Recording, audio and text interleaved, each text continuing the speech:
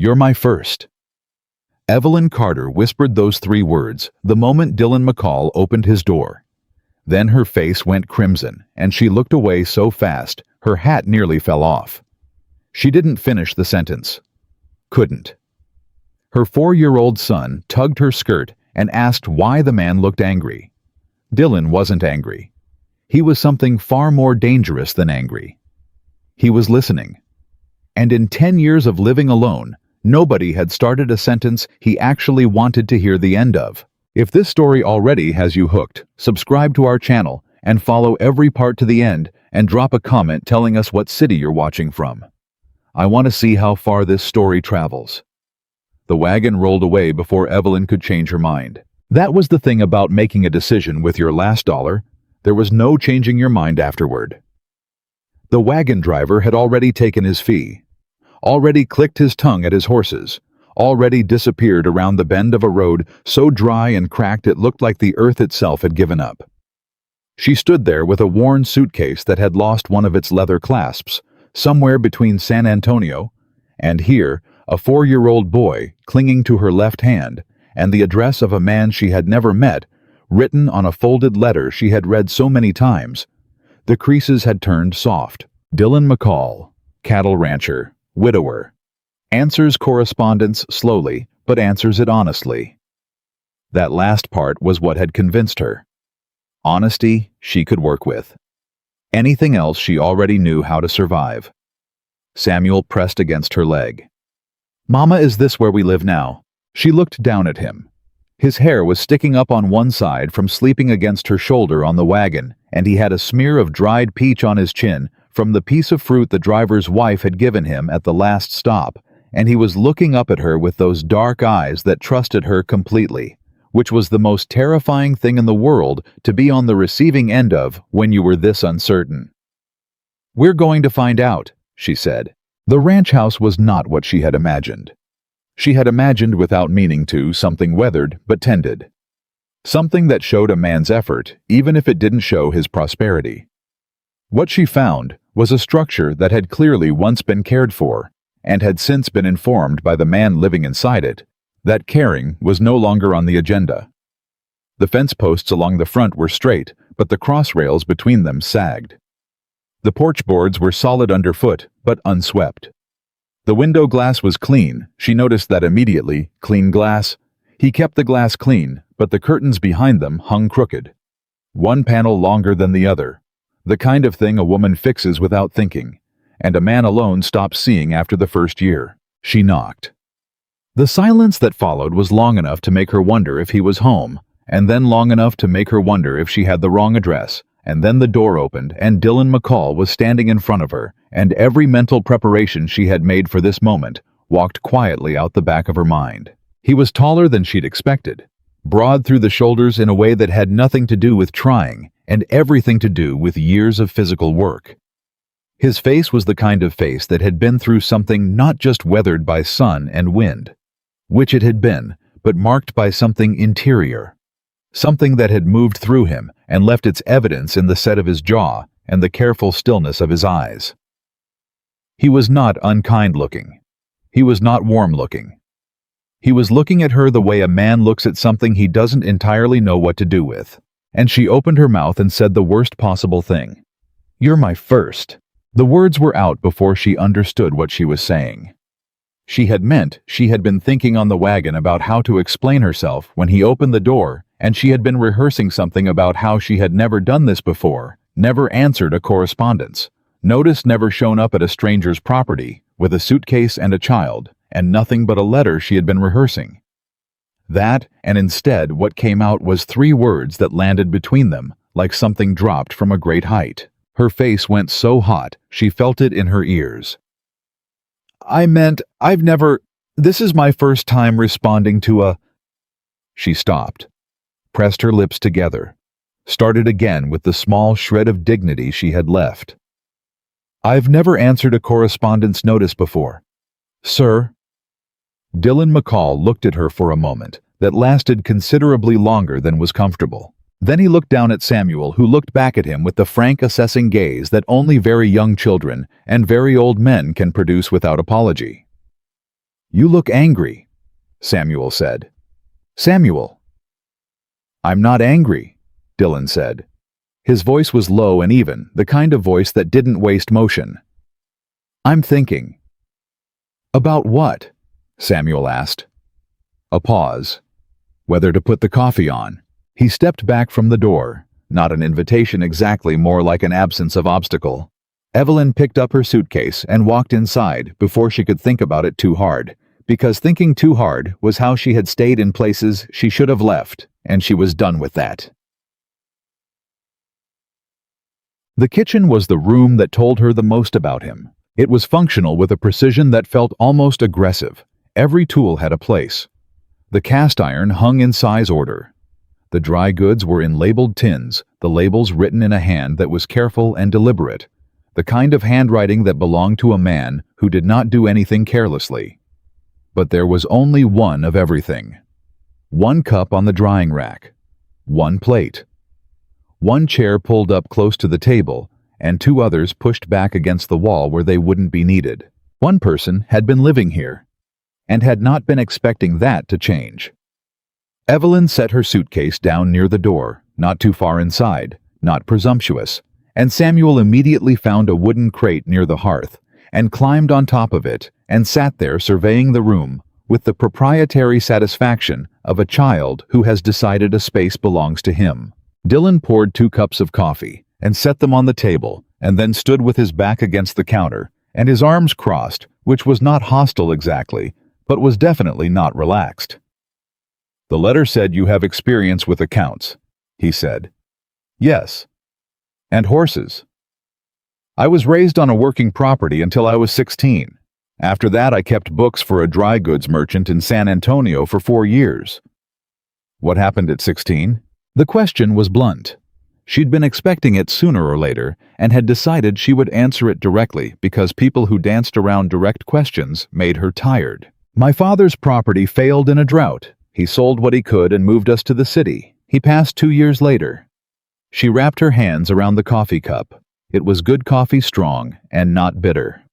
"The merchant I worked for closed his business last year when his son took over and decided he didn't need a woman keeping his books. I had savings enough to get here. Not much beyond that." Dylan was quiet for a moment. "The boy's father. Not in the picture. By his choice or yours?" She met his eyes. "Mine." Something shifted in his expression, not much, just a small recalibration, like a man adjusting his weight when the ground isn't what he expected. "The correspondence notice said room board and a wage for ranch management assistance," she said. "I'm here to work, Mr. McCall. I'm not here to be a burden, and I'm not here to cause complications. I want a stable place for my son, and I'm willing to earn it honestly." "I know," he said. "That's why I wrote back." She hadn't expected that, the directness of it. She had expected negotiation skepticism, some kind of probationary posturing. Not, "I know." Not that quiet, flat acknowledgement that carried underneath it something that felt improbably like respect. Samuel climbed down from the crate and walked to the center of the room and looked up at Dylan. "Do you have any animals?" he asked. "Several." "What kind?" "Cattle. Horses. A dog with no manners." Samuel's eyes lit. "Can I see the dog?" Dylan looked at Evelyn. She shrugged slightly, which she realized was already a form of shorthand between them, which was strange given that they had known each other for less than 15 minutes. He unfolded his arms and moved toward the back door. "Come on then," he said. Samuel ran after him without a backward glance, and Evelyn stood alone in the kitchen with her coffee and the quiet understanding that something had just begun that she could not entirely control. The first week was careful. That was the word for it. Careful. Like two people moving through the same house with their elbows tucked in, making themselves small in the spaces the other person occupied, speaking only when speech was necessary. Agreeing on logistics with a minimum of actual conversation. Dylan was up before the sun. She heard his boots on the floorboards, not heavy but deliberate. Heard the back door. Heard the silence that followed, which was the silence of a man who'd learned to be alone with himself and had made a certain peace with it. She gave him 20 minutes before she started breakfast. Not because they'd arranged it that way, but because 20 minutes felt like the right margin of privacy to leave a person. He ate without ceremony, thanked her without flourish, asked about Samuel with a single practical question. Each morning the boy sleep all right, the boy eating enough, and then went to work. But he left the accounts ledger on the kitchen table the third morning, and that told her something. She opened it that afternoon while Samuel napped. The numbers were meticulous. He was not careless with money, not vague about his own operation. But there were places where the recording method was losing him efficiency. Places where a different organizational approach would save him hours of calculation. She didn't touch it. She made notes on a separate page. That evening she set the notes beside the ledger and said nothing. He picked them up after supper, read them standing up, which she had noticed he preferred to sitting, said nothing for a long moment. "You trained as an accountant?" "Self-taught mostly. The merchant I worked for gave me books and I read them." "This would save time." "Most weeks, yes." He set the notes down and looked at her with that measuring look she was beginning to understand was simply how he processed things. Not suspicion, not challenge, just the look of a man who had learned not to take anything at face value and wasn't ashamed of it. "Implement it," he said. "If it works, I want to know." She nodded. He went to bed. She sat at the kitchen table for another hour implementing it, and she felt for the first time in longer than she wanted to count like herself. On the 9th day, the horse problem started. Dylan had 4 horses for the ranch work, and 1 mare that he clearly kept separate from the working stock. A pale gray animal with a scar along her left flank, who stood in the far corner of the paddock and watched people approach with the evaluating stillness of someone who has been surprised badly before and is not going to let it happen again. Evelyn had noticed the mare on the first day. Had noticed also that Dylan's face changed when he walked past the paddock. Not softened exactly, but something in it that was quieter, more internal. She didn't ask about it. But on the 9th morning, she came out to find Samuel standing at the paddock fence, with his arms stretched through the rails, his small fingers extended, and the gray mare 3 feet away from him, with her head lowered, considering. Her heart stopped. She walked, not ran running startled horses, and she didn't want to spook the animal. She walked to the fence at a pace that felt physically painful to maintain, and said very quietly, "Samuel, come here." "She came to me, Mama." "I see that. Come here now." "But Samuel." He turned and came to her with the aggrieved compliance of a child who knows he's not actually in trouble, but is being treated as though he is. She pulled him back from the fence. Her hands were shaking. Dylan was behind her. She hadn't heard him come up. "He's not hurt," Dylan said. "I know." She kept her voice level. "I'm sorry. I should have told him to stay away from the paddock." She didn't threaten him. Evelyn turned. "What?" "Rosie." Dylan was looking at the mare who had retreated back to her corner, but was still watching Samuel with that same careful attention. "She doesn't let people close. She hasn't in 3 years. He paused. She came to him. Something in the way he said it made Evelyn look at him more carefully. His face was doing the quieter, more internal thing. "What happened to her?" she asked before she could decide not to. A beat. Same thing that happens to anyone who trusted the wrong person. He turned and walked back toward the barn. "Keep an eye on him around the other 3.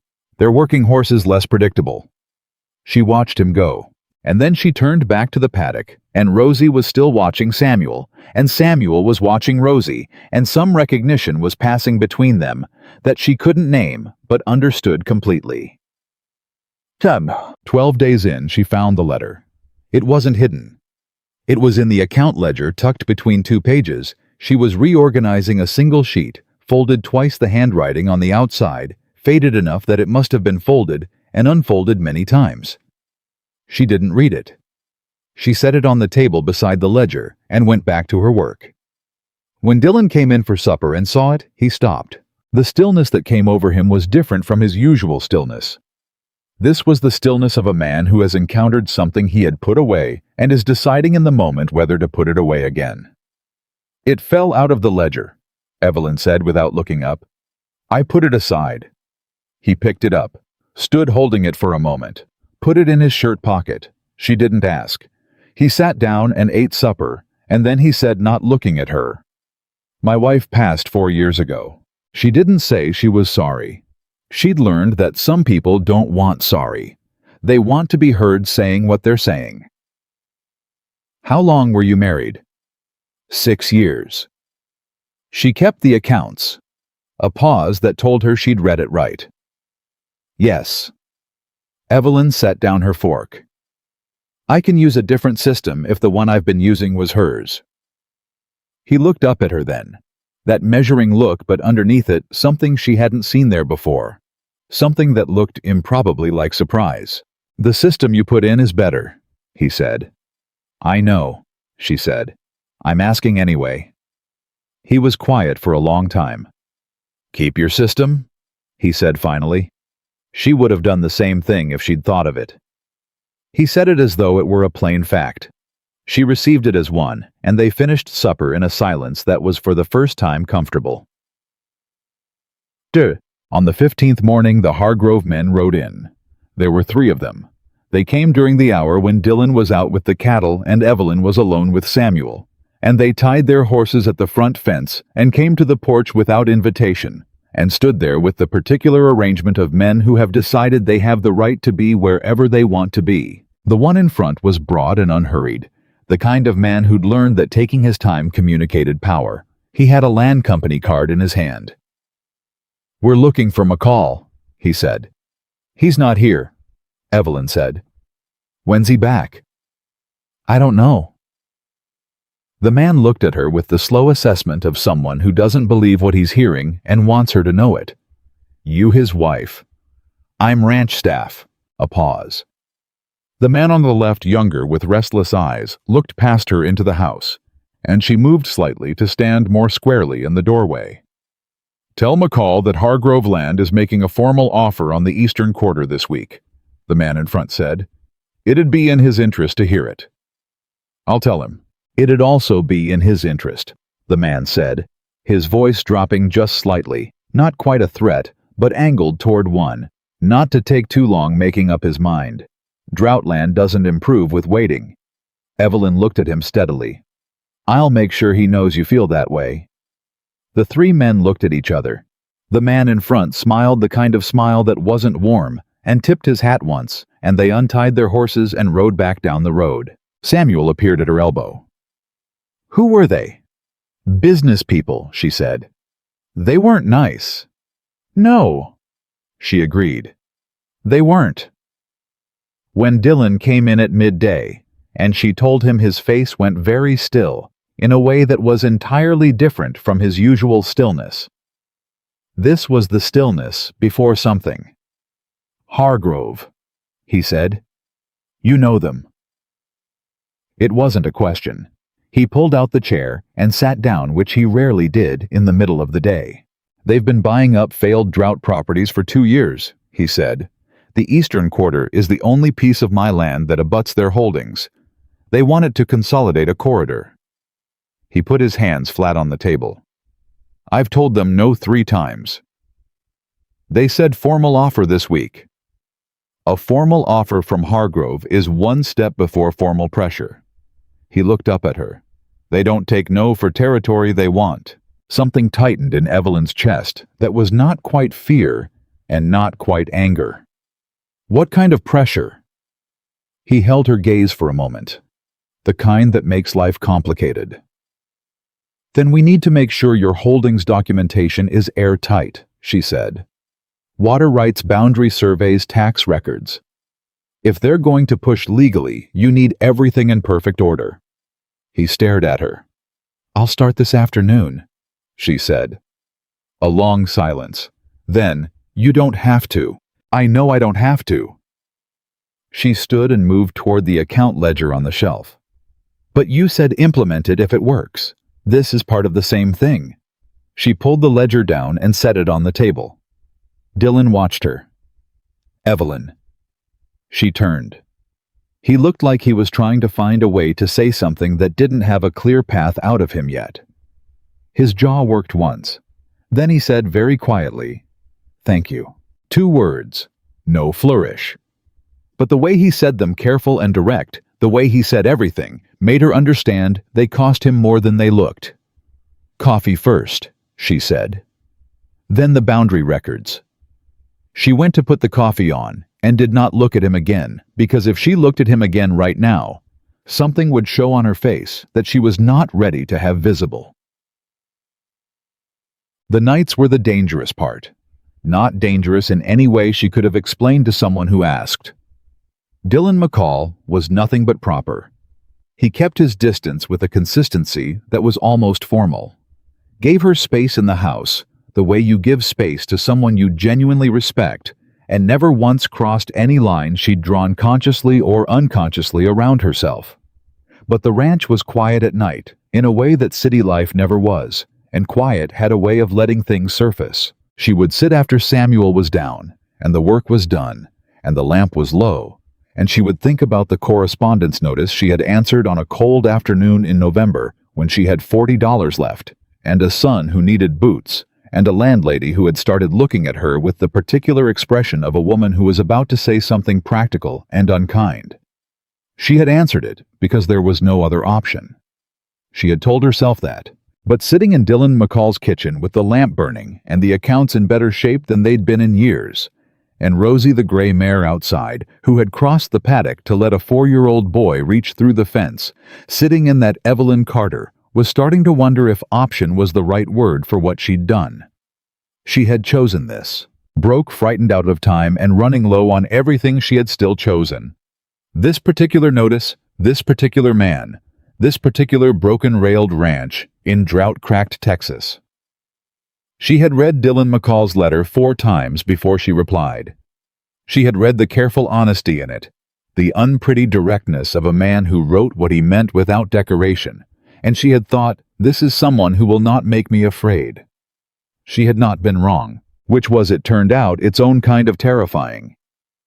She heard his boots on the stairs, that deliberate, quiet tread, and then the floorboard outside her door, and then nothing.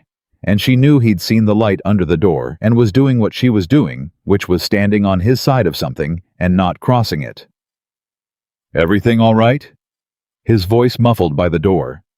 "Fine," she said. "Just finishing the water rights record." A pause. "It's late." "I know." She kept her voice steady. "Go to sleep, Mr. McCall." A longer pause. "Dylan," he said. She looked at the door. "If we're doing each other's accounts and fighting off land speculators," he said, and she could hear something in his voice that was almost dry. "You might as well use my first name." She breathed out slowly. "All right, go to sleep, Dylan." Another pause, and then his boots quiet down the hall. She sat for a long time after that, with the water rights record in her hands, and her heart doing something irrational, and she looked at the door and thought, "You're my first." She hadn't finished the sentence the day she arrived. Couldn't.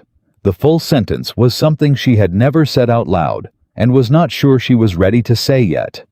Because saying it was a kind of admission that something had shifted inside her. Some arrangement she'd built to keep herself safe and functional.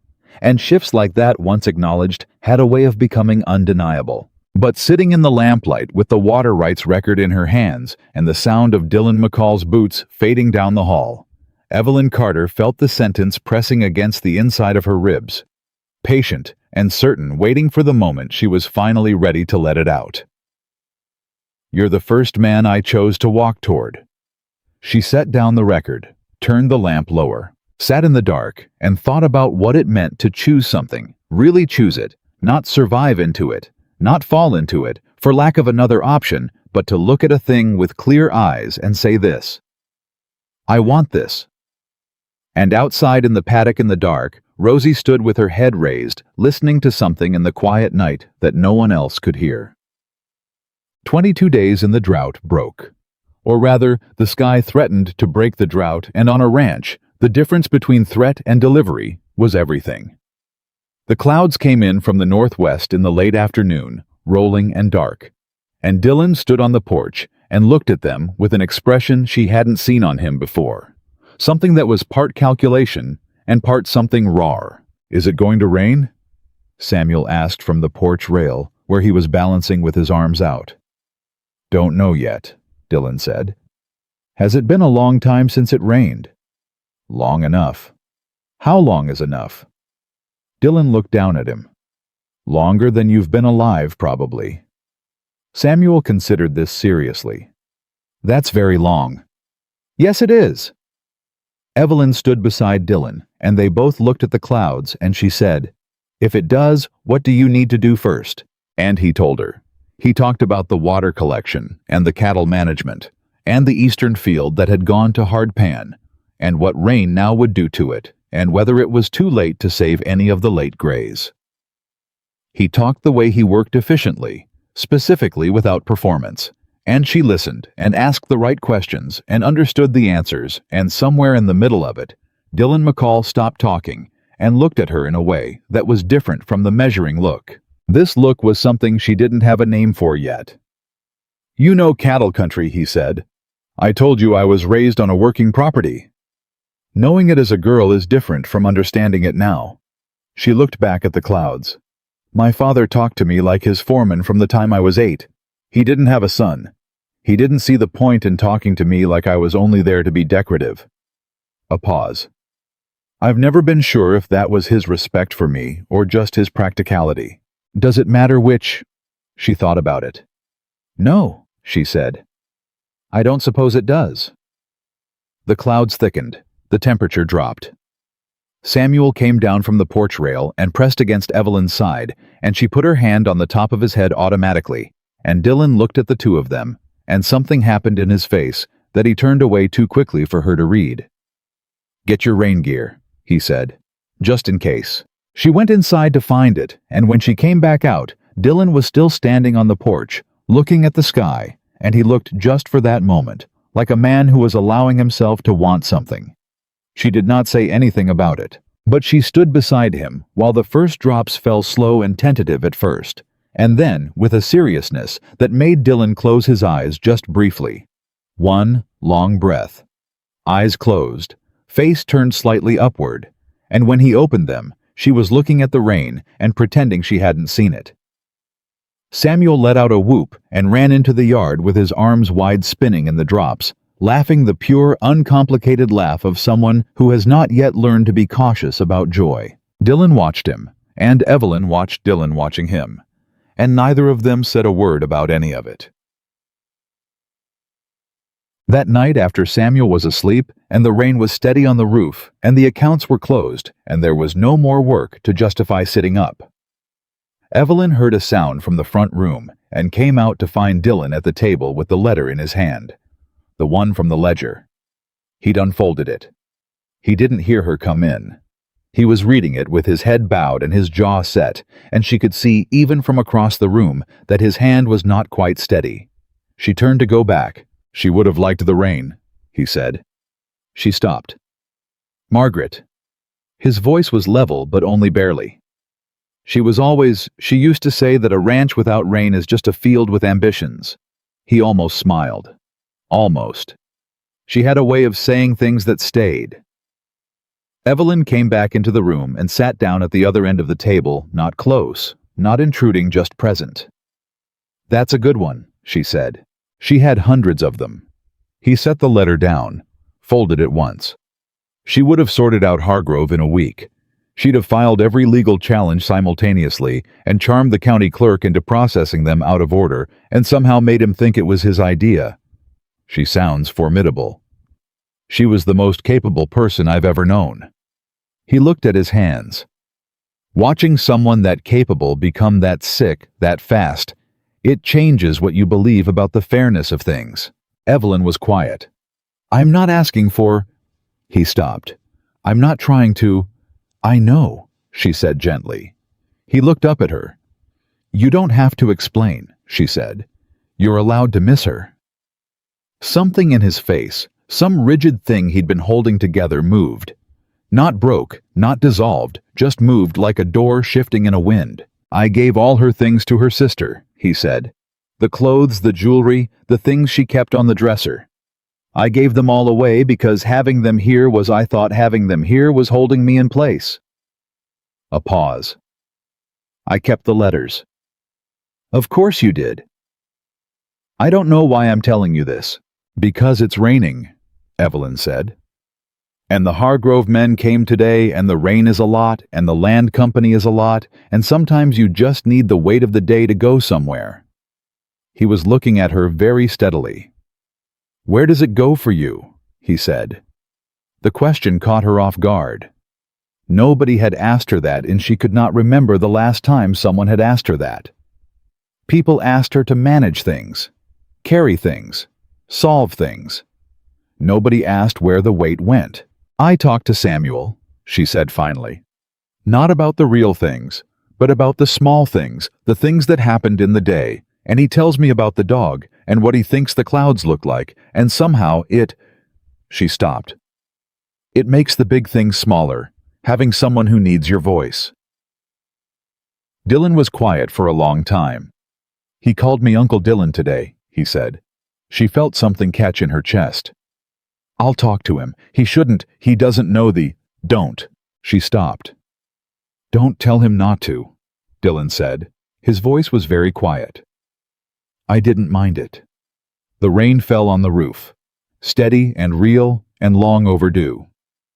Evelyn Carter sat across the table from Dylan McCall and did not say the sentence that was pushing against her ribs, because this was not the right moment, and she was a woman who had learned to wait for right moments with the patience of someone who had survived enough wrong ones. But for the first time, she believed the right moment might actually be coming, and that she understood was more hope than she had permitted herself in a very long time. Load later messages.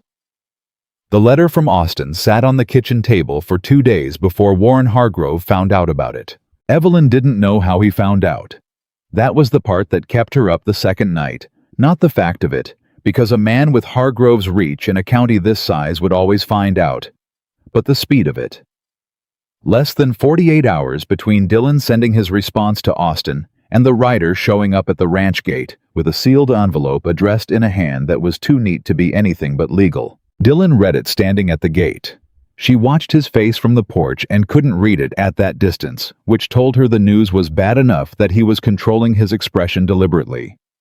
He folded the letter, put it in his pocket, paid the writer nothing because the writer hadn't waited for a tip, and walked back to the house with the particular measured stride of a man deciding how to say something.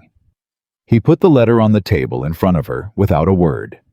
She read it. It was not from Hargrove directly. It was from a law firm in Dallas. 3 partners' names printed in heavy type at the top, and it informed Dylan McCall that Hargrove Land Corporation was initiating a formal legal challenge to the boundary correction filed at Calvary Creek County on the grounds that the original 1887 survey had been conducted by a licensed surveyor whose records superseded any subsequent clerical reinterpretation.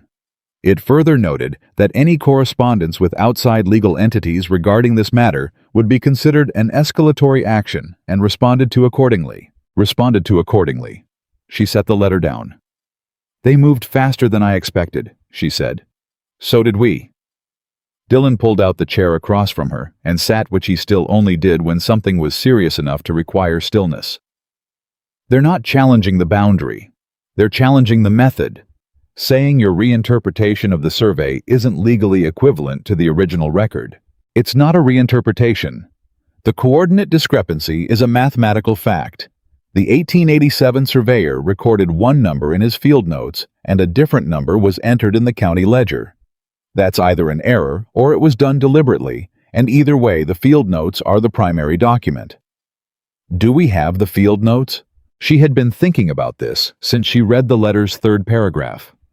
The field notes would be in the surveyor's records. He's been dead for 20 years, but his son took over the business. He's in Abilene. Dylan looked at her. You already knew that. I looked it up when I found the discrepancy. I didn't write to him because I wasn't sure we'd need it. She paused. We need it. How long to get a response from Abilene? A week if he's cooperative. Longer if he needs convincing. Dylan's jaw worked once. And Hargrove's legal challenge gives them 60 days to file a full complaint, after which the boundary correction is frozen pending review. She kept her voice level because one of them needed to be level, And Dylan was doing that thing where he went very quiet in a way that had heat underneath it. 60 days is enough time if we move now. Write to the surveyor's son tonight, Dylan said. I'll write it now. She stood. He caught her wrist, not forcefully, just his hand closed around her wrist, and she stopped, and he said, Sit down for 1 minute. She sat. He was looking at her with an expression that had nothing to do with legal strategy. It was the expression she'd been careful not to look at directly for going on 6 weeks now, the one that lived underneath all the practical exchanges, the one that was becoming harder to pretend she hadn't noticed. You knew they'd come back with legal, he said. You had the surveyor's son's name before I knew we needed it. You wrote to Austin before I thought of it. He stopped. What else do you know that you're waiting to tell me? She held his gaze. Nothing I'm withholding.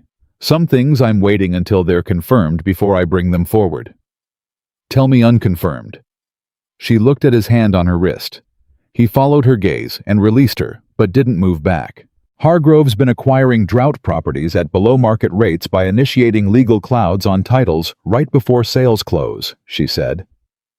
The sellers get scared of the legal cost, accept his offer to make it go away, and he gets the land for 60 cents on the dollar. He's done it at least 4 times in this county in the last 3 years. She paused. We're not the first ranch he's done this to. We're the first one that filed before he could. The silence that followed was a specific kind, the kind where a man is reconfiguring his understanding of a situation he thought he had figured out. How do you know this? Dylan said. I've been talking to people in town, the women at the dry goods store, the clerk's wife. People talk to women differently than they talk to men. They're less careful, less strategic. They say things as gossip that are actually intelligence. She watched his face. I know you didn't ask me to do that. No, he said. I didn't. A pause. Good thing one of us thought of it. She breathed out. Write the letter to Evelyn, he said. Tonight. And write down everything you heard in town before you forget the specifics. Names, properties, dates if you have them. Already drafted. He stared at her. I drafted it last night, she said, when I couldn't sleep. Dylan McCall leaned back in his chair and looked at her with an expression that had moved fully past the measuring stage into something she genuinely did not have a safe category for. Evelyn, he said. I'll get the Evelyn letter, she said, and stood before he could say whatever came after her name in that tone. She went to the study, stood with her back against the closed door for 10 seconds, then got the letter and went back to the table. The Evelyn letter went out the next morning, and the waiting began, which was its own kind of pressure. Hargrove's people were visible in town in a way they hadn't been before, not at the ranch, not directly, but present in the peripheral way of men who want you to know they're watching without giving you anything specific to respond to.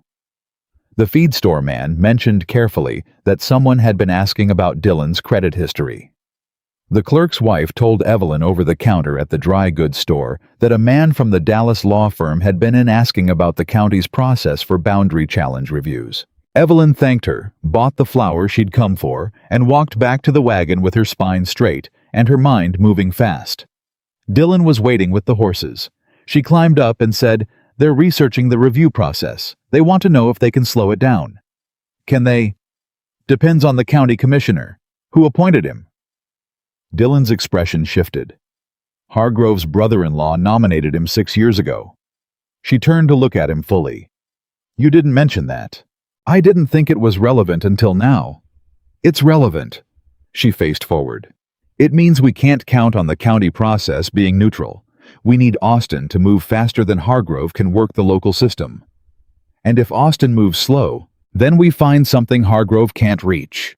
She was thinking out loud now, the way she did when the problem was serious enough to push past her usual caution. The pattern of title clouds, if we can document 3 or 4 cases with enough specificity, that's not a boundary dispute anymore. That's a fraud complaint. Fraud goes to the state level, not county. Dylan was quiet for half a mile. Then, You're thinking about going around Hargrove's entire local operation. I'm thinking about building a case that makes the boundary dispute the smallest part of the problem he has. She paused. But it requires the other landowners to cooperate, to go on record. They won't, Dylan said flatly. He's already got them. That's why they sold.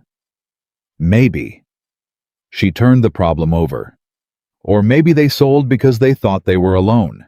People make different decisions when they know someone else is standing with them. Dylan looked at her sideways. You want to organize them. I want to write them letters. A pause. That's the same thing. Is it something you'd object to? He didn't answer immediately, which meant he was actually considering it rather than reflexively agreeing. She respected that about him. He didn't say yes to things just because she'd framed them reasonably. Some of those men are going to be ashamed, he said finally. Losing land to Hargrove's tactics men in this county don't talk about that. I know. She had thought about this too. The letters won't ask them to talk about shame. They'll ask them to talk about facts. Dates of contact terms, offered outcome. Factual record only. She paused. And I'll sign them myself. Not the ranch. Me. He looked at her sharply. Why? Because if this goes wrong, I don't want it to land on your operation. I'm ranch staff. I'm acting on my own initiative. If Hargrove pushes back on the letters, he's pushing back on a woman with a 4-year-old, which plays differently than pushing back on a rancher. Dylan pulled the horses to a stop. They were on an empty stretch of road, nothing around them, and he turned on the seat to face her with an expression that was not the measuring look or the unreadable layered look, but something rawer than either. No, he said. Dylan, you're not putting yourself between me and Hargrove and taking the risk on your own. It's a strategic. I don't care if it's strategically correct, he said, and his voice had an edge she hadn't heard in it before. Not anger exactly, but something adjacent to it. Something that came from a place he usually kept doors closed on. You're not doing that. She held his gaze. Why not? The question sat between them. He looked away, first out toward the road ahead, his jaw tight. Because you came here with one suitcase and one child, and you took a risk on a stranger's correspondence notice, and you've spent 6 weeks holding this ranch together, and I'm not going to let you absorb damage that belongs to me. The words came out flat and controlled, and she could hear underneath them exactly how much it had cost him to say them. She didn't say anything for a moment. All right, she said quietly. The letters go out under both our names. He looked back at her. Something in his face settled. All right, he said. He clicked the horses forward. Neither of them mentioned what had just happened in the particular way that people don't mention things that have shifted the ground between them. But the ground had shifted, and they both knew it. The reply from Abilene came 9 days later, and it was not what either of them had hoped for. Robert Casson, son of the original surveyor, wrote in a hand that was apologetic before the first sentence was finished. He confirmed that his father's field notes existed and were in his possession. He confirmed that the coordinate discrepancy Evelyn had identified was present in those notes.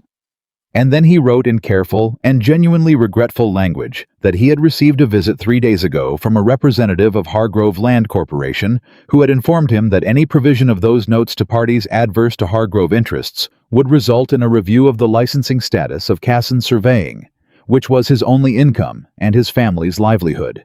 Dylan read the letter once and set it down without a word. Samuel was asleep. The house was quiet.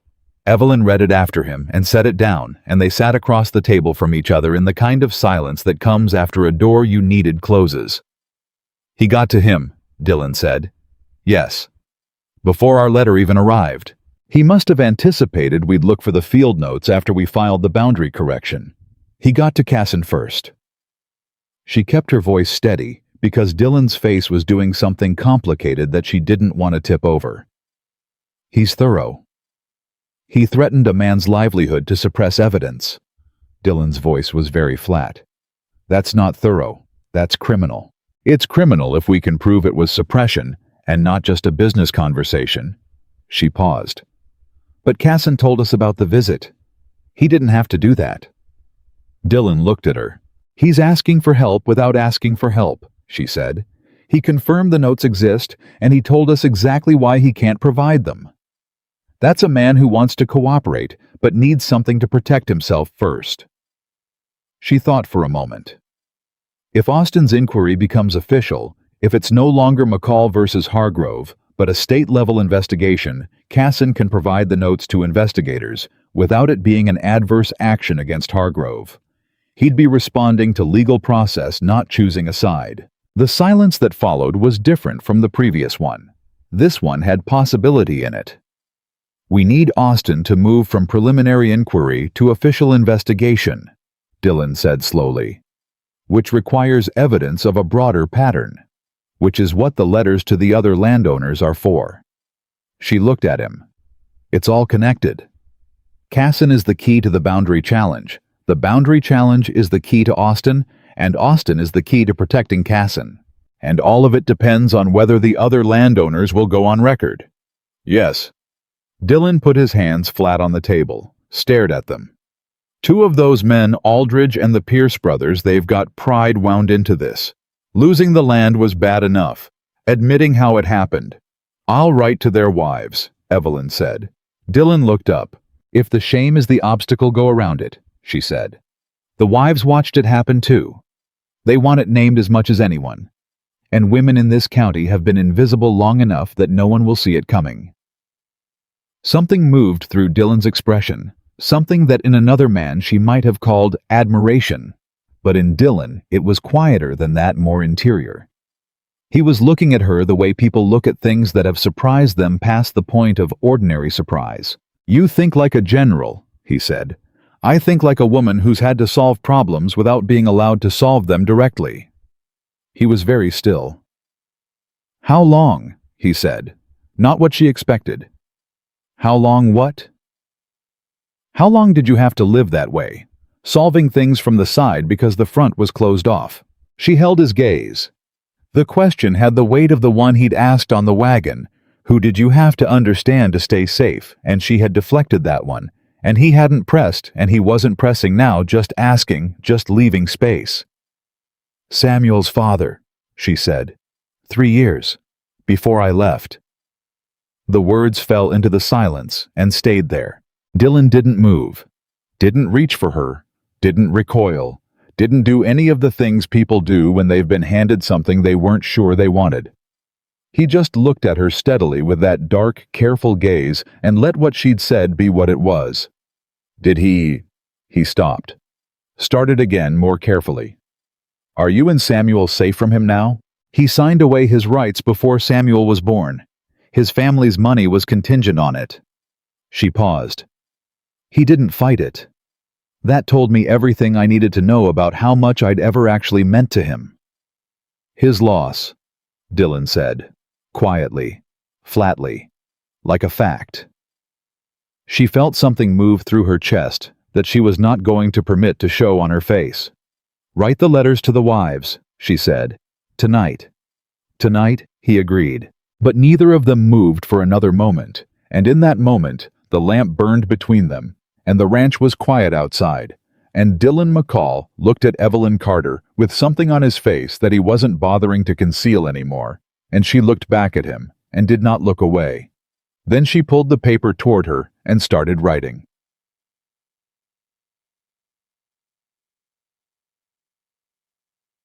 The letters went to 6 women over the next 3 days.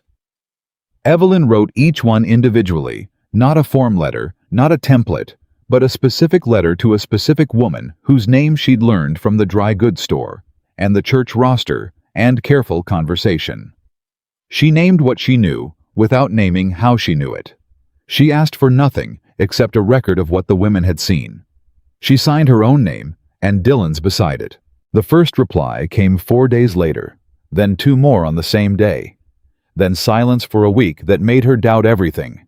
And then, on a Thursday afternoon, 3 letters arrived together from 3 different women, and all of them contained in different handwriting and different levels of detail. The same story, a man from Hargrove land, a number that was too low, a legal letter that arrived within days and made the low number look like salvation.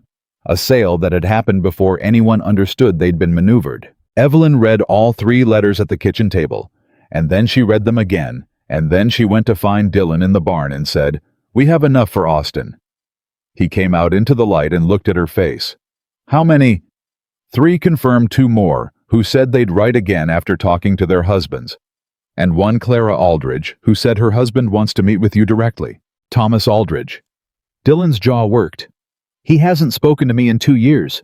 He thought I was going to blame him for selling." "He thought everyone would blame him." "Did you tell her?" "I told her there was nothing to blame. He was targeted by a man who does this for a living using methods that aren't obvious until you've seen them more than once. That's not weakness. That's information asymmetry." She paused. "I may have used different words." Dylan almost smiled. "Naturally. He'll come Thursday," she said. "If you want him to. Tell him Thursday." She turned to go write the reply. Dylan said her name, and she turned back. He was standing in the barn doorway with the afternoon light behind him, and that expression on his face, the one she'd been not looking at directly for weeks now, and this time he didn't reach for something practical to say after it. "This is going to work," he said. "I know," she said. "I didn't think it could. When the Dallas letter arrived, I thought—" He stopped. "I thought I was going to lose it. The ranch, the eastern quarter first, and then the pressure on the rest, until I had nothing worth keeping." He held her gaze. "I didn't tell you that." "I know you didn't. I should have." "Dylan, I'm not good at telling people things are bad," he said. "I'm better at fixing them. But you can't fix something if you don't know it's broken and you—" He stopped again. "You needed to know, so you could help. And I kept it to myself out of—" He seemed to be deciding on the right word. Pride, which was stupid. She had never heard him describe himself as stupid before. It landed differently than she expected. "You told me when it mattered," she said. "That's what counts. I'm going to try to do it sooner going forward." Going forward. She felt those 2 words settle somewhere in her chest. "All right," she said. He nodded once. She went to write the letter. Thomas Aldridge came on Thursday, and he was not what she'd expected from a man who'd lost 400 acres to Hargrove's methods and spent 2 years too ashamed to speak about it. He was smaller than she'd pictured, quieter, with the careful movements of someone who'd taken a hit that changed how he carried himself. He shook Dylan's hand at the door, and then he looked at Evelyn and said, "My wife says you're the one who wrote to her." "Yes, sir. She said you didn't make her feel stupid for not seeing it coming." "She wasn't stupid. Nobody is the first time someone runs that play on them."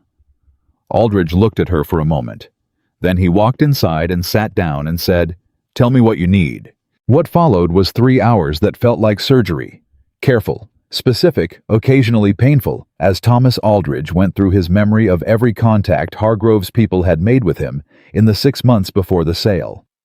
The sequence, the timing of the legal letter, the exact wording of the offer. He remembered more than he thought he did, because the things that shame us tend to stay in detail even when we're trying not to look at them. Evelyn wrote everything down. Dylan asked questions.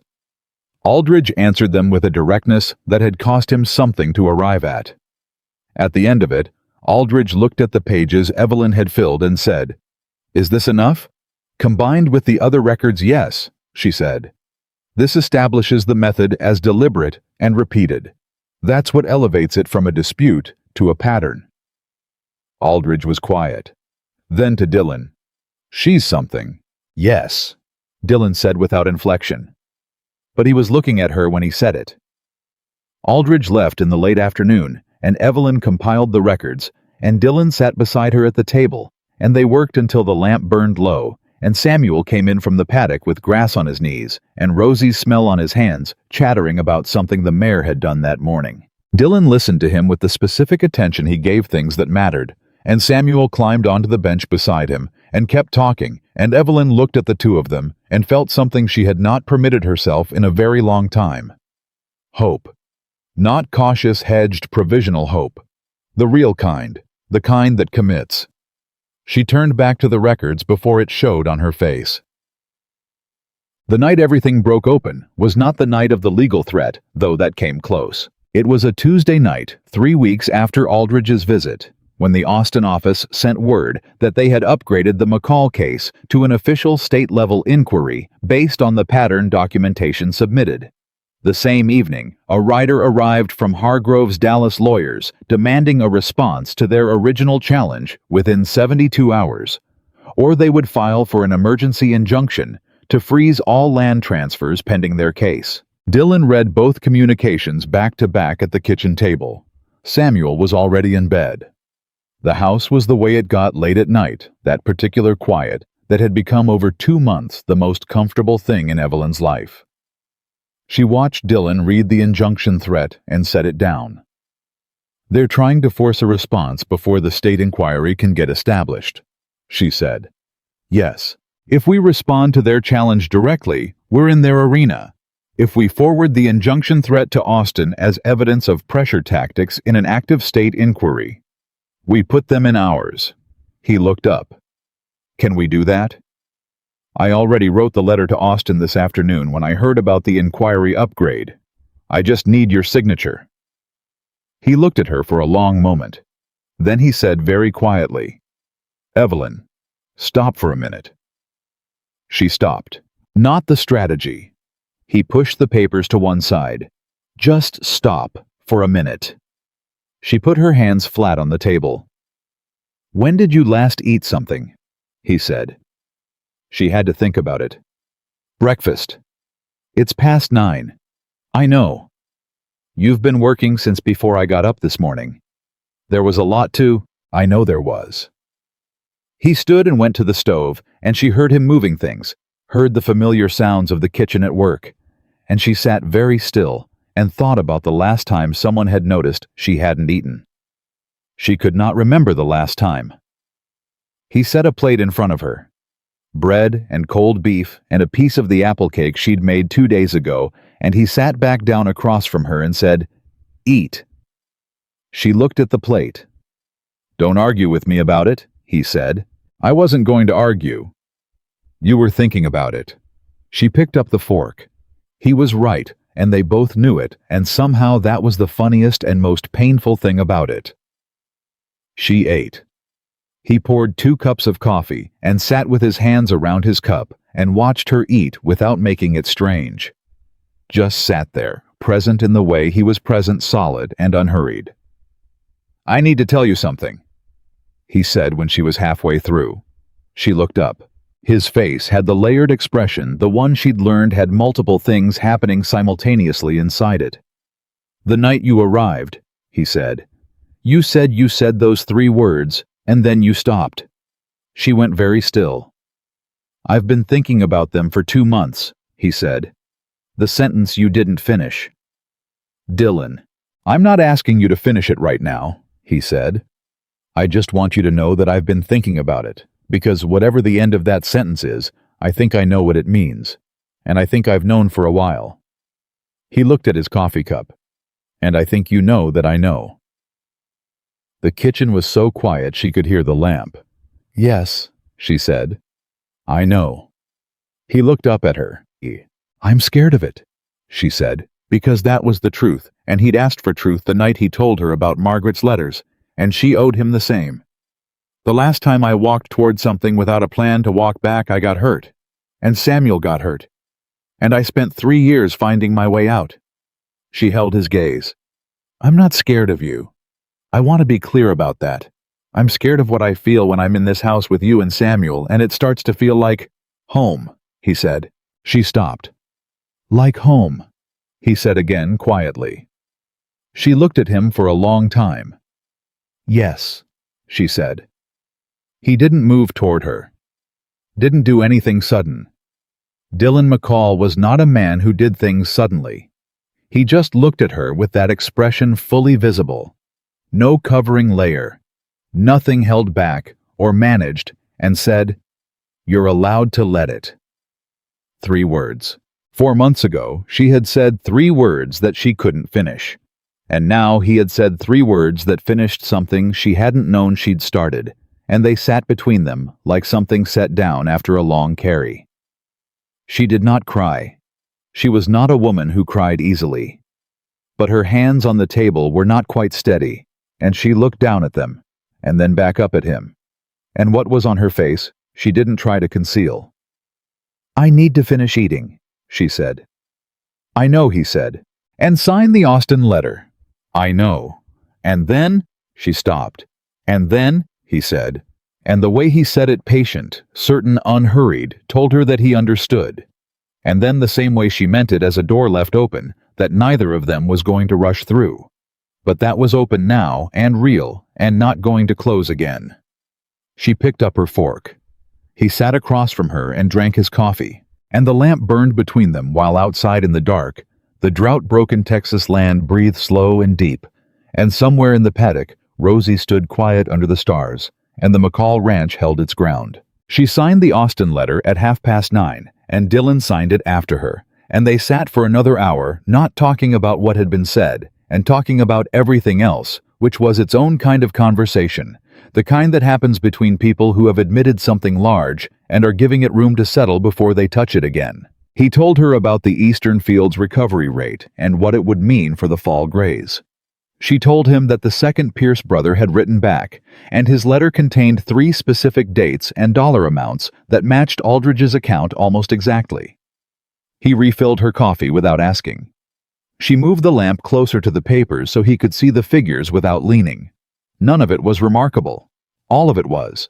When she finally said goodnight and went upstairs, she stood in the dark of her room for a long time, listening to the sounds of the house settling, and Dylan moving below the particular quiet of a man going through his last tasks of the day.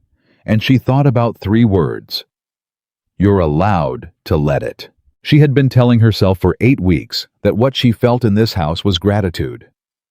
Then she had told herself it was relief, the relief of safety after years without it of work that matched her capacity of a child who was flourishing.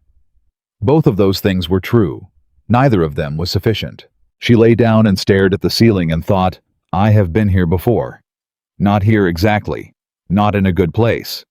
I have been in a place that felt necessary and then began to feel wanted. And I did not know the difference until the wanting became the thing that kept me somewhere I should have left. The difference, she told herself, is that Dylan McCall has never once made you feel like staying was required. Every morning for 8 weeks, she could have packed the worn suitcase. He would have paid her fairly for the time and helped her load the wagon and said goodbye with the same measured directness he said everything. She had stayed because she chose to. That was not nothing. That was, in fact, everything. She closed her eyes. Downstairs, the lamp went out.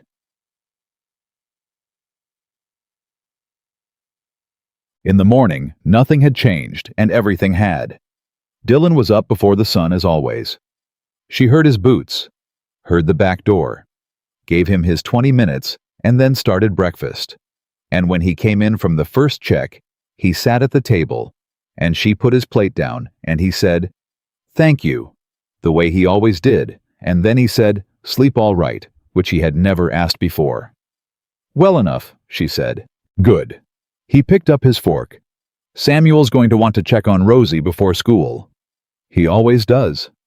"I told him yesterday I'd show him how to properly brush out her mane if he was careful about it. She'll let him if I'm there." She turned from the stove. "She's letting him closer. Every day a little." He set it to his plate, not to her, which was how he said things he meant most. She knows who's safe. Evelyn turned back to the stove before her face did anything that required explaining. The Austen letter went out with the morning rider, and by afternoon the 72-hour window on Hargrove's injunction threat had begun, and the pressure of it was a physical thing in the house, not spoken, not dramatized. Just present the way weather is present. Something you feel in your joints before it arrives. Dylan spent the afternoon on the eastern field with 2 of his ranch hands assessing the recovery in a way that was partly practical and partly, she understood, a man putting his hands on the thing he was fighting for. She did not begrudge him that. She sat with the full record she had assembled over 2 months. Boundary documents, survey correspondence. Casson's letter. The 6 women's accounts. Aldridge's testimony. The Pierce brothers' figures. the timeline of Hargrove's legal letters across 4 properties. And she read through it, the way you read something you've written before, presenting it to someone who will find every weakness, because the Austin investigators would find every weakness, and she needed to find them first. She found 2. The first was a gap in the timeline, a 3-week period in which Hargrove's activity was documented by Aldridge but not corroborated by any second source. One person's account of timing was an allegation. 2 people's matching accounts were evidence. She needed someone else who could place Hargrove's representative in Calvary Creek County during those 3 weeks. The second was Casson. Without the surveyor's field notes, the boundary challenge remained legally uncertain, regardless of the pattern documentation. The state inquiry could establish fraud, but the original boundary dispute, the thing that had started all of this, still rested on a coordinate discrepancy that Hargrove's lawyers were calling a clerical reinterpretation. She was still working through the problem when Samuel came in from the paddock with grass on his boots and his hair wild and a look of profound satisfaction on his face. "She let me do the whole left side," he announced. "Rosie. Dylan said I have good hands." He said it with the seriousness of a man who has received a professional commendation. He said not everybody does. "He's right," she said. "Not everybody does." Samuel climbed onto the bench and looked at her papers. "Are those the bad man's papers?" She had not told him about Hargrove in any detail. Children absorbed more than anyone intended. "They're papers about the ranch," she said carefully. "Dylan said the bad man wants to take the ranch." She looked at him. He said there was a man who wanted land that didn't belong to him, and that we were going to make sure he didn't get it." Samuel paused. He said we. She set her pen down. We. Dylan McCall, who had lived alone for 4 years and kept 1 cup on the drying rack and 2 chairs pushed to the wall, had said we to a 4-year-old boy about the ranch he'd been fighting to keep. She picked her pen back up. Did he say anything else? He said Rosie trusts me now, and that trust is hard to get and easy to lose, and I should take care of it. Samuel considered. I think he was talking about more than Rosie. She looked at her son, 4 years old, the frightening clarity of small people who haven't yet learned to look away from what's true. "Go wash the paddock off your hands," she said. "Then come help me set the table." "Okay." He slid off the bench. Stopped. "Mama." "Yes." "I like it here." She held his gaze. He looked back at her with those dark eyes that trusted her completely, and she felt the weight of that trust the way she always did, as the most serious thing she carried. "I like it here too," she said. He went to wash his hands, and she turned back to the record and the second problem, Casson. The field notes, the thing Hargrove had successfully blocked, was still sitting there unsolved when Dylan came in for supper. She told him over the meal. Both gaps clearly, and without softening them, because he'd asked her not to manage what she told him, and she was honoring that. He listened without interrupting, which was how he listened to everything. When she finished, he said, "The 3-week gap. Clara Aldridge's letter. She mentioned a man coming by twice in October. Does October overlap?" Evelyn pulled the timeline from the stack, checked it, felt something click. Yes, 2 weeks of overlap. Clara named the man. A first name. Carl. Carl Denny. He's Hargrove's primary field representative for this county. He's the one who came to my gate the first time. Dylan's voice was level. If Clara can state in writing that Carl Denny visited the Aldridge property in October, and I can state he visited this property in October, that closes the gap. She was already reaching for paper. "I'll write to Clara tonight." "Second problem," he said. She put the paper down. "Casson." "Yes." They looked at each other. "I've been thinking about it all afternoon," she said.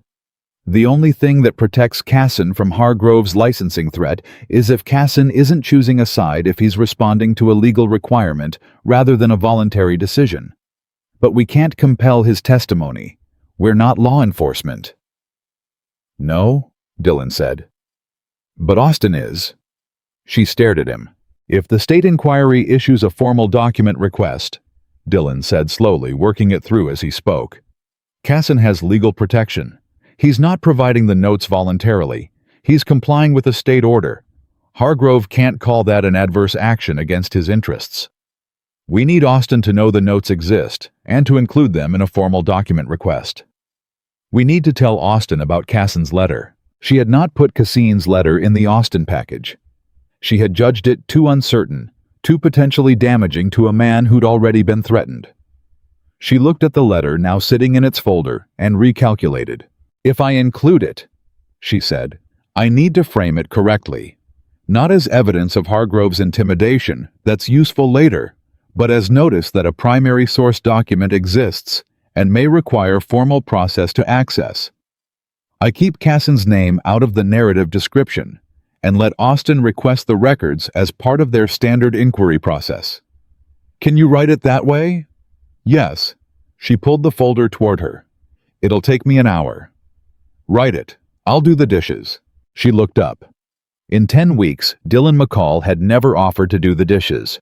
He did many things, fixed things, checked things, managed the 10,000 physical demands of a working ranch.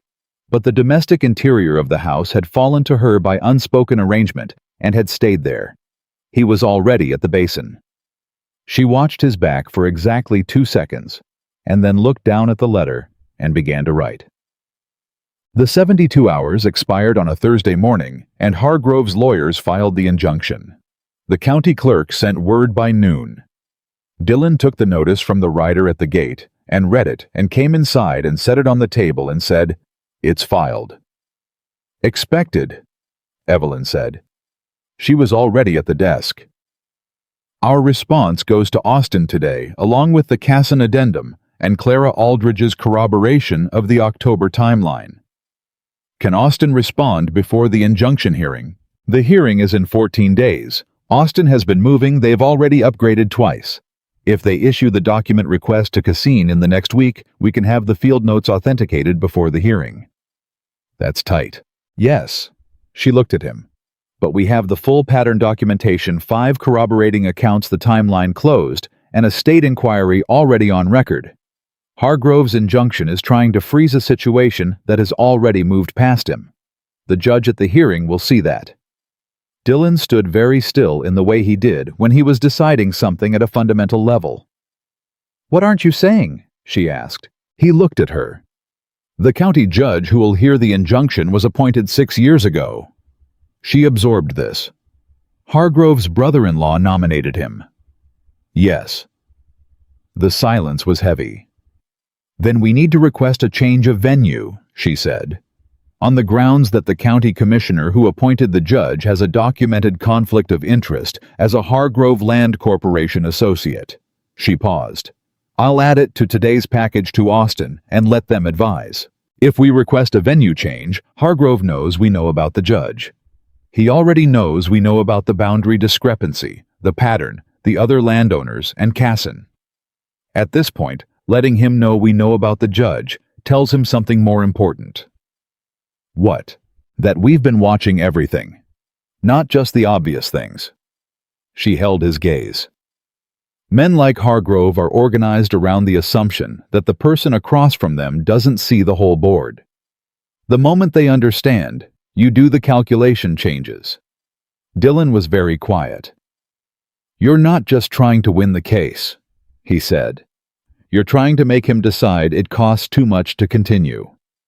Yes, because even if we win the hearing, he can appeal, and appeal costs money and time we don't have indefinitely. Yes. So you want him to look at the full picture and choose to stop. I want him to understand that we will go to every level this has for as long as it takes, and that every step he takes to escalate gives us more material for the state case. She set her pen down. The strongest position isn't winning the battle he's chosen. It's making him regret choosing it.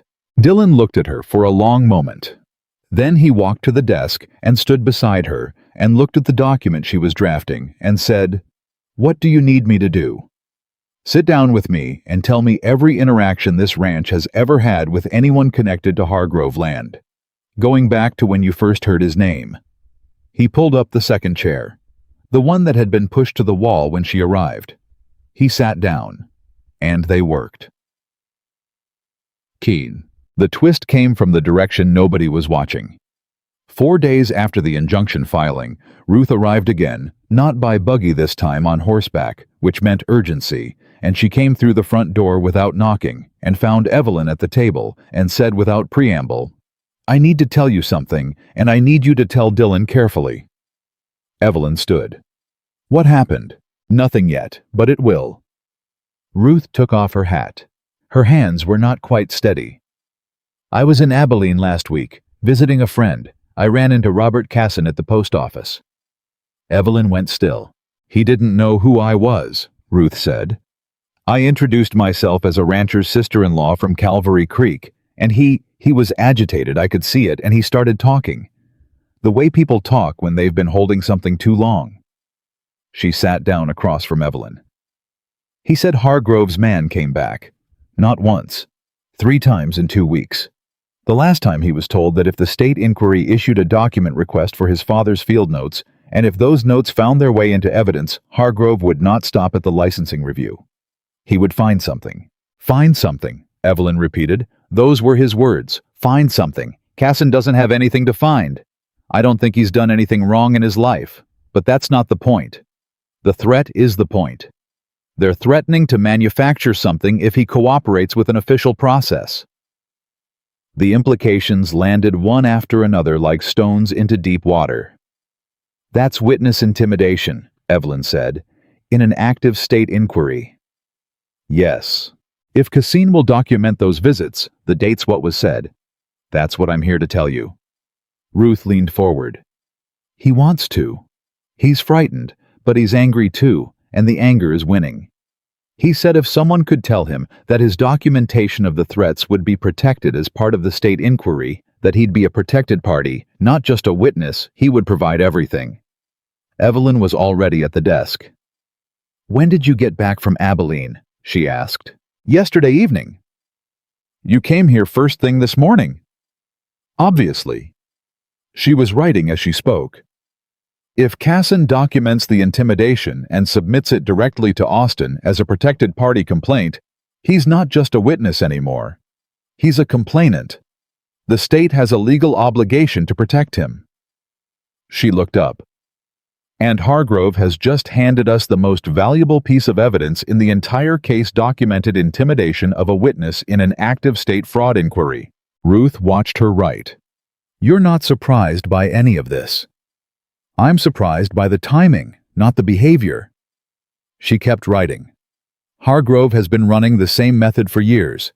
When it stops working, he applies more pressure. He doesn't know how to do anything else." She sealed the letter. "Can you get back to Abilene this week?" "I can go tomorrow. Take this to Casson.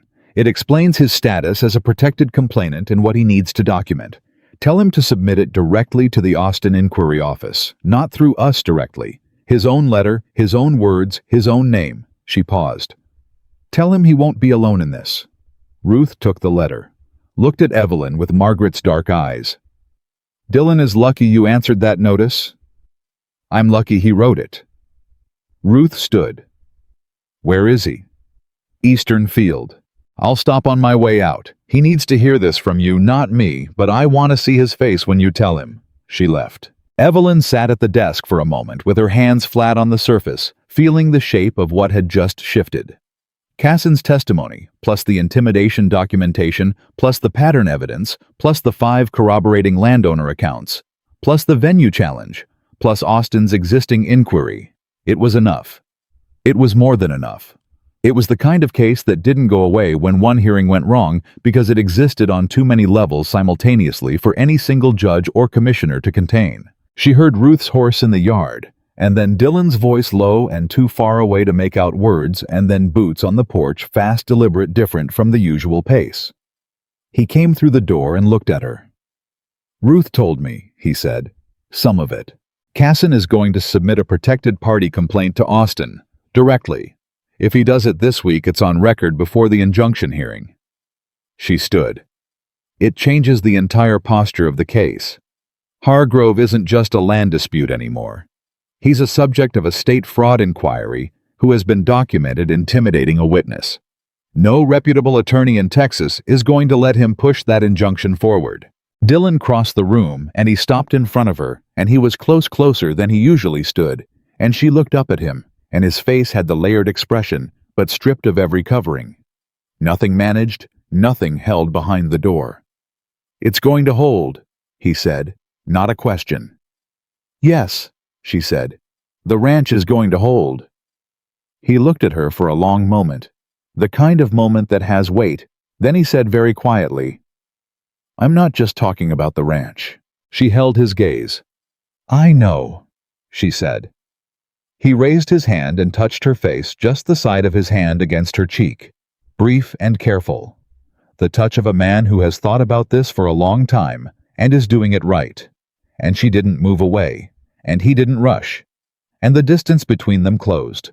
The way things close when they've been moving toward each other for longer than either person admitted. The kiss was not accidental. It was not restrained or cautious or practical.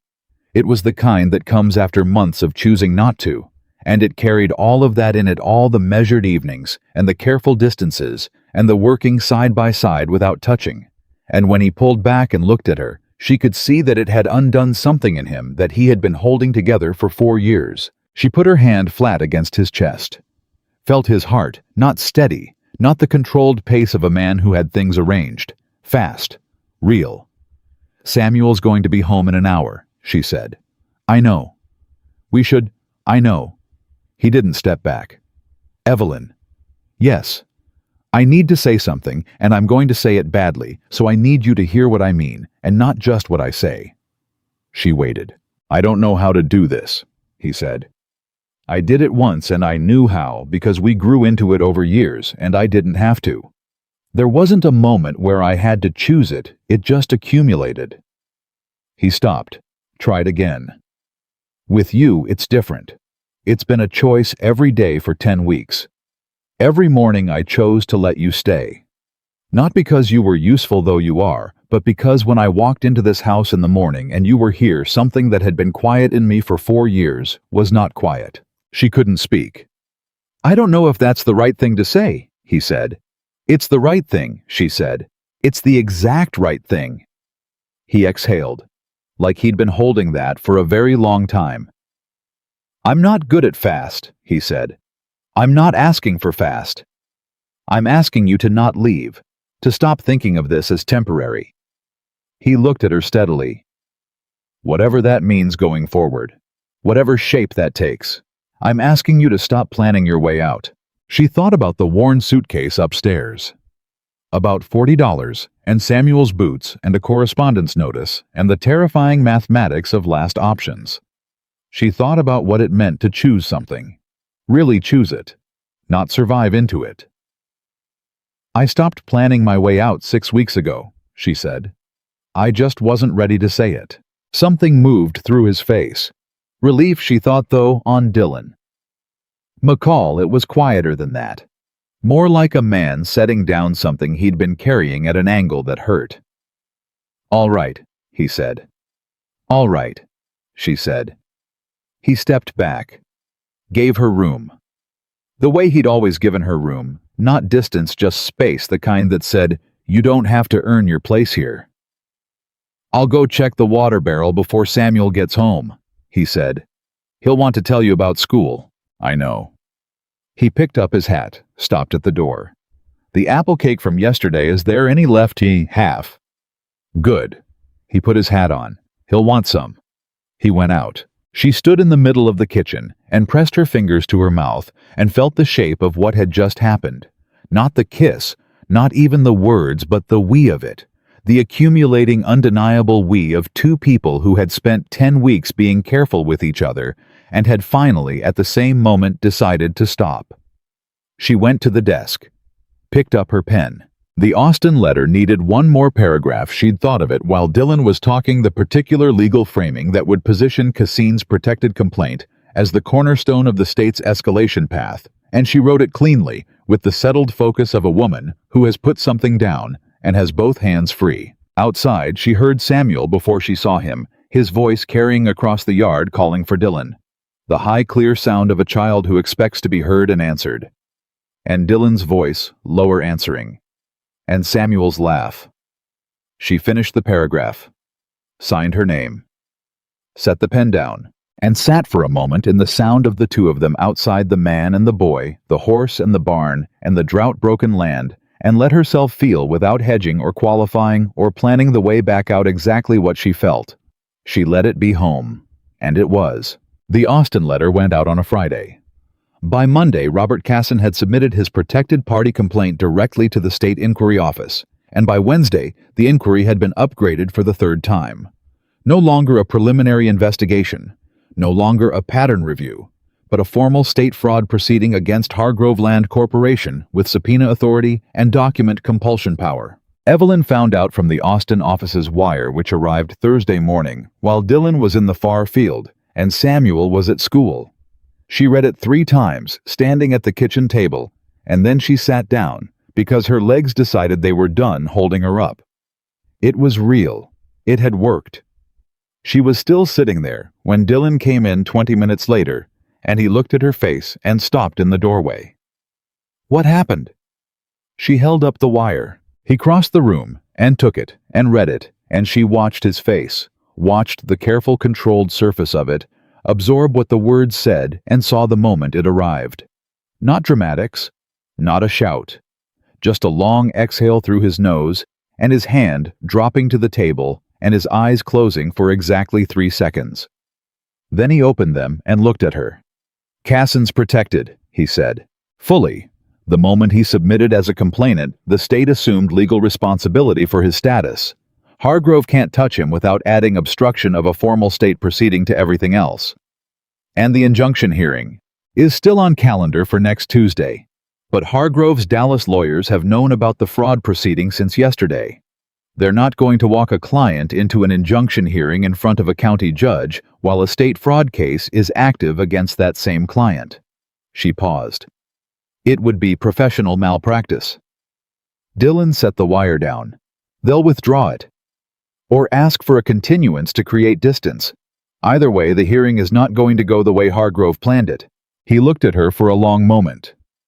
You knew this was the sequence when you wrote to Austin the first time. I thought it could be. I wasn't certain until Casson. You built it from the beginning. The boundary filing, the pattern documentation, the landowners, Casson, the protected complaint, it was one structure. It had to be. Hargrove's operation is layered. You can't dismantle it at one level. You have to make every level unstable simultaneously. She paused. I learned that from him, actually. He uses the same principle to trap people. I just applied it in reverse. Dylan was quiet for a moment. Then he said, I want to ask you something. All right. When you answered the correspondence notice, when you wrote that first letter, did you know this was in you? This capacity. She thought about it honestly. I knew I was capable. I didn't know I'd have room to use it. She looked at her hands on the table.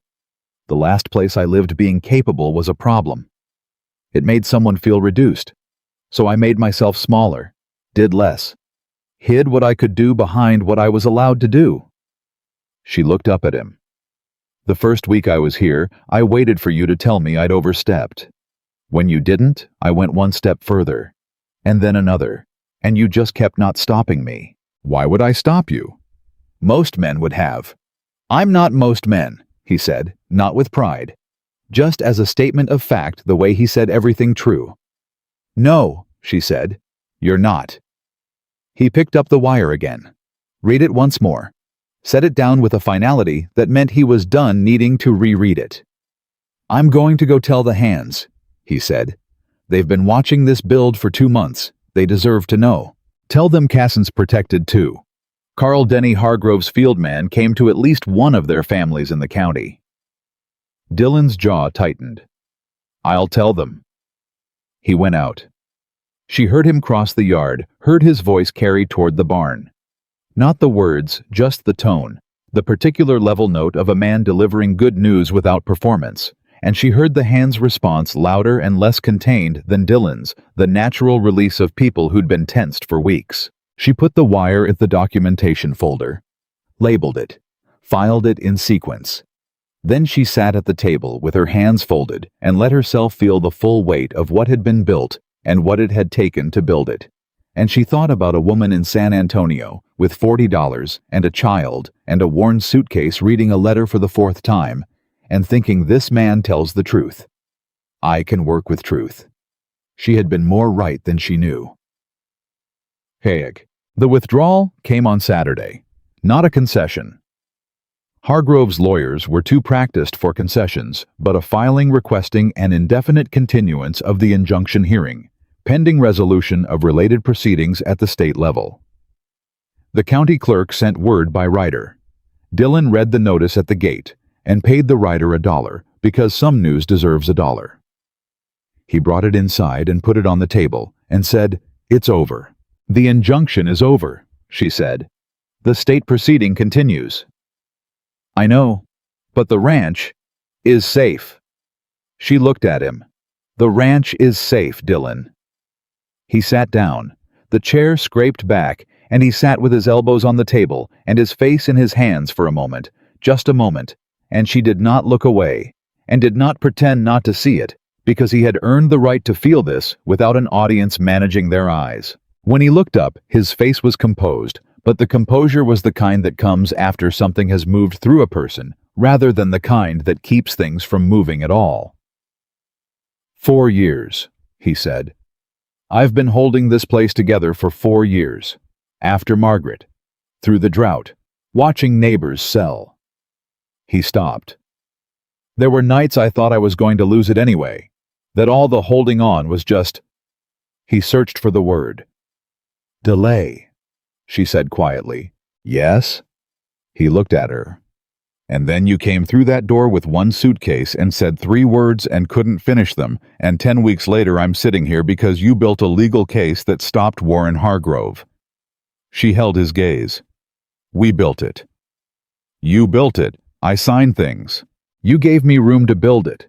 That's not nothing. That's everything. She paused. Most people don't know how to give room. They think it's passive. It's not. It's an active decision every day to let someone be what they are. He was looking at her with that expression, the one that had nothing managed in it. You're going to make me say something I'm not ready to say in the right way yet, he said. Then don't say it yet, she said. We have time. We have time. 2 months ago, she could not have said those words and meant them. Now they came out of her as naturally as breathing, because they were true, because she had stopped planning the exit and started living in the fact of being here. And the difference between those two things was the difference between surviving and being alive. Samuel gets home in an hour, she said. I know. He didn't move. He's going to want to celebrate somehow. He doesn't know the details, but he knows something big was happening, and he's been watching our faces for days. What does a 4-year-old's celebration look like? Based on precedent, it involves the dog Rosie and the apple cake in some combination. Dylan almost smiled. Almost, and then all the way, and it was the kind of smile that arrived slowly and stayed, the kind that changed his whole face into something she hadn't seen enough of and intended to see much more of going forward. I'll make sure there's cake, he said. There's already cake. I made it yesterday. He looked at her. I knew the withdrawal was coming, she said. I wanted to be ready. He shook his head slowly, not disbelief. Something warmer. You made a celebration cake before the thing was certain. I made a cake for when it became certain. There's a difference. What's the difference? Confidence, she said. Versus hope. He was quiet for a moment. Which was it? She thought about it. Both, she said. At the same time, I've been learning to let them coexist.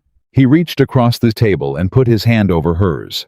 Not dramatically, not with a speech, just his hand on hers, warm and certain, and still, the way he was still, not because nothing was happening inside him, but because everything happening inside him was real enough not to need performance. She turned her hand over under his.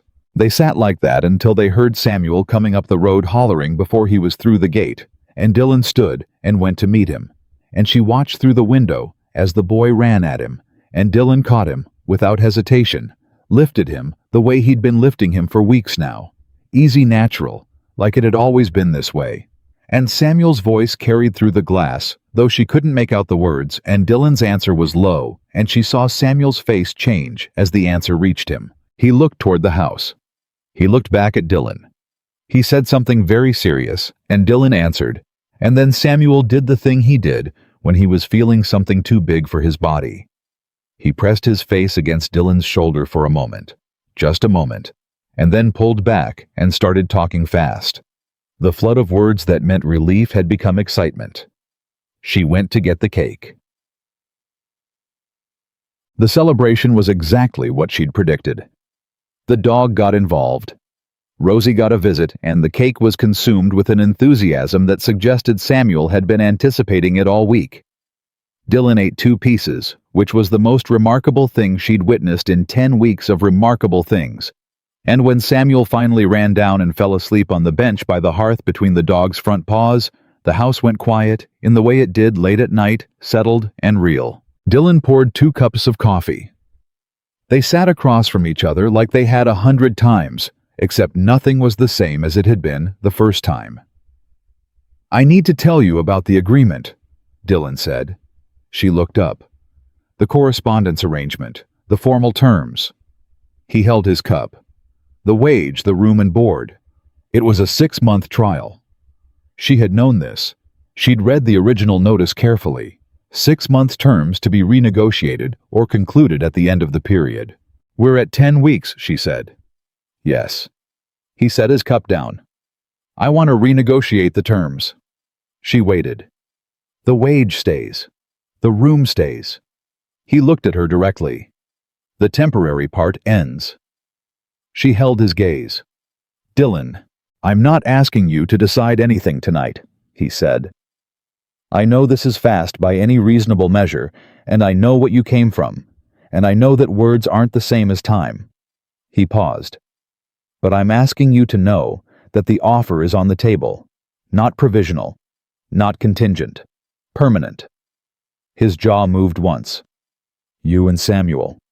This is your home if you want it." The lamp burned between them. She thought about the night she'd arrived, the door opening, and the man who looked like he was thinking, rather than angry, and the 3 words that fell out of her before she could choose them. She had been so ashamed of those 3 words. She had spent the first week wishing she could take them back. "You're my first," she said. He went still. The full sentence. She looked at him steadily. "The one I couldn't finish the day I arrived. You're the first man I chose to walk toward. Not fell into, not survived into, not accepted, because there was no other option." She felt her voice do something she pressed down firmly. "I chose your letter. Out of every other option I had that day, and I had some they weren't good, but I had them, I chose yours, because you wrote like someone I could trust. And I was right." He was very still. "I don't need time," she said. "I've been certain for 6 weeks. I've just been making sure I was certain for the right reasons." "Are you?" "Yes." He exhaled slowly. "What are the right reasons? You let me be capable. You gave Samuel a place to belong without requiring anything in return. You told me the truth even when it was incomplete, and you let me tell you things that were hard, and you didn't use them." She paused. "And you make coffee the right way, which is more important than people acknowledge." He looked at her for a moment. Then he said with the dry precision she had come to love, "I'll make sure the coffee stays up to standard." "See that you do." His hand came across the table again, and this time he didn't let go immediately, and she didn't pull away. And the quiet house held them, and the sleeping boy, and the last of the lamplight, and outside the drought-broken land breathed slow under a sky full of Texas stars. The state fraud proceeding against Hargrove Land Corporation took 11 months to resolve. Evelyn tracked every filing. Austin's investigators pulled Casson's field notes under formal subpoena, confirmed the coordinate discrepancy was original and deliberate, and expanded the inquiry to include 7 properties in 3 counties. Carl Denny cooperated with investigators in exchange for reduced liability, and provided documentation of Hargrove's instructions that went back 6 years. Thomas Aldridge and the Pierce brothers submitted formal depositions. Clara Aldridge's account of the October visits became Exhibit 37, in a case that eventually ran to over 200 exhibits. Warren Hargrove settled. Not in court. Men like Hargrove do not go to court when the alternative exists, but in a settlement that required the return of 2 improperly acquired properties, the payment of significant penalties, and the permanent dissolution of Hargrove Land Corporation's Texas operations. The county commissioner who had nominated the Hargrove-connected judge resigned 6 weeks before the settlement, citing personal reasons, which was the county's polite language for what everyone understood had occurred. Dylan read the settlement notice at the kitchen table with his second cup of morning coffee and set it down and said, "It's done." "It's done," she said. He looked up. "All of it." "All of it." He nodded once, the way he acknowledged things that were complete. Then he picked up his coffee and drank it and said, "The eastern field is ready for fall grazing. I want to walk it this afternoon." "I'll come," she said. "I know," he said. "I was going to ask." What happened between then and the following spring is best understood not in events but in accumulation. The second chair stayed at the table. The lamp stayed lit later than it used to. Ruth came for dinner on the first Sunday of every month and argued cheerfully with Evelyn about cooking methods and told Samuel stories about Margaret that made the boy listen with the solemn attention he gave things he understood mattered. Rosie let Samuel brush both sides without supervision by December. By February, she would come to the fence when she heard his voice. Dylan said the things he meant to say with increasing frequency and decreasing difficulty, which was not a transformation, but a practice, the daily work of a man learning to open doors he'd kept closed so long he'd forgotten they were doors. Evelyn stopped making plans to leave. Not as a decision, not as a dramatic internal moment, but as a gradual absence, the way pain recedes when the thing causing it is gone, and you only notice, because one day you realize you can't remember when you stopped bracing for it. Samuel called Dylan by his first name for the first month, and then for reasons that were never fully explained. He began calling him something else. Not a title, not a formal word. Something softer, something that came from the private vocabulary of children who have decided a person belongs to them, and Dylan. The first time he heard it stopped what he was doing and stood very still for a moment, and then continued what he was doing and did not correct it. He did not correct it the second time either, or the third. The morning Dylan asked Evelyn to marry him was not a grand morning. It was a Tuesday in March before the sun was fully up, and he came in from the first check, and she put his coffee down, and he picked it up and said without sitting down, without preamble, without any of the dramatic architecture she might have expected from a different kind of man, "I'd like you to be my wife." She looked at him. "I've been thinking about how to say it properly for 2 months," he said. "I couldn't find a better way than that." "That's the best way," she said. "Is that a yes?" "Yes," she said. "That's a yes." He put the coffee down, crossed the kitchen, put his hands on either side of her face the way he had the first time, careful and certain, and kissed her the way he'd kissed her that afternoon 4 months ago, without performance, without rush, like a man who has decided and is no longer in any doubt about the decision. When he pulled back, she put her forehead against his jaw, and they stood like that for a moment, while the kitchen filled with early light. "Samuel's going to want a role in this," she said. "I already asked him," Dylan said. She pulled back and looked at him. "Yesterday," Dylan said with the absolute composure of a man who understands priorities. "I asked him first. He said yes, provided he could keep his room and the dog was also allowed to stay." She stared at him. "You asked my 4-year-old son for permission before you asked me." "He was the first one I was sure would say yes." She laughed. She hadn't expected to laugh, and the laugh surprised both of them, and Dylan's expression did the thing it did when something pleased him deeply. Not a large expression, just a slight opening, a warmth, the face of a man who has found something he did not believe he'd find again. "The dog stays," she said, obviously. Obviously. He agreed. They were married in June in the yard of the McCall ranch, with Ruth standing on Evelyn's side and two of Dylan's hands on his, and Samuel in a clean shirt that he'd agreed to wear under protest and had stopped minding about 20 minutes in. The minister was brief. Dylan said what he meant the way he always did, with no extra words and nothing missing. Evelyn said what she'd been saying to herself for months and had been waiting for the right moment to say out loud. Thomas Aldridge came with his wife. The Pierce brothers came. Clara Aldridge brought a pie. Robert Casson sent a letter from Abilene that made Evelyn read it twice and hand it to Dylan without comment, and Dylan read it and folded it carefully and put it in his shirt pocket. In the evening, when the guests had gone and Samuel had fallen asleep on the bench in the way he always did when the day was bigger than his capacity to stay awake through it, Dylan and Evelyn stood together on the porch in the dark, and the June air came across the recovered land with the smell of things growing, and Calvary Creek County lay quiet around them. "You're not temporary anymore," Dylan said. "I haven't been for a long time," she said. He put his arm around her, and she leaned into him, and they stood like that two people who had come to each other broken and had not fixed each other, had instead built something new from what remained, which is harder than fixing and more durable. And the ranch held its ground around them, the way it had held it through drought and threat and loss and the long work of starting over. Samuel sighed in his sleep inside the house. Rosie moved in the paddock, a soft sound, a known sound. Dylan pressed his mouth to the top of Evelyn's head, brief and quiet. She thought about the worn suitcase. $40. A letter read 4 times. 3 words that came out wrong and changed everything. "You're my first." Not just the first man she'd chosen. He was the first place she'd ever stood where the ground felt permanent. The first morning she'd woken up without calculating the cost of staying. The first person who had looked at the full measure of what she was capable, scarred, stubborn, precise, and said good. I needed exactly that.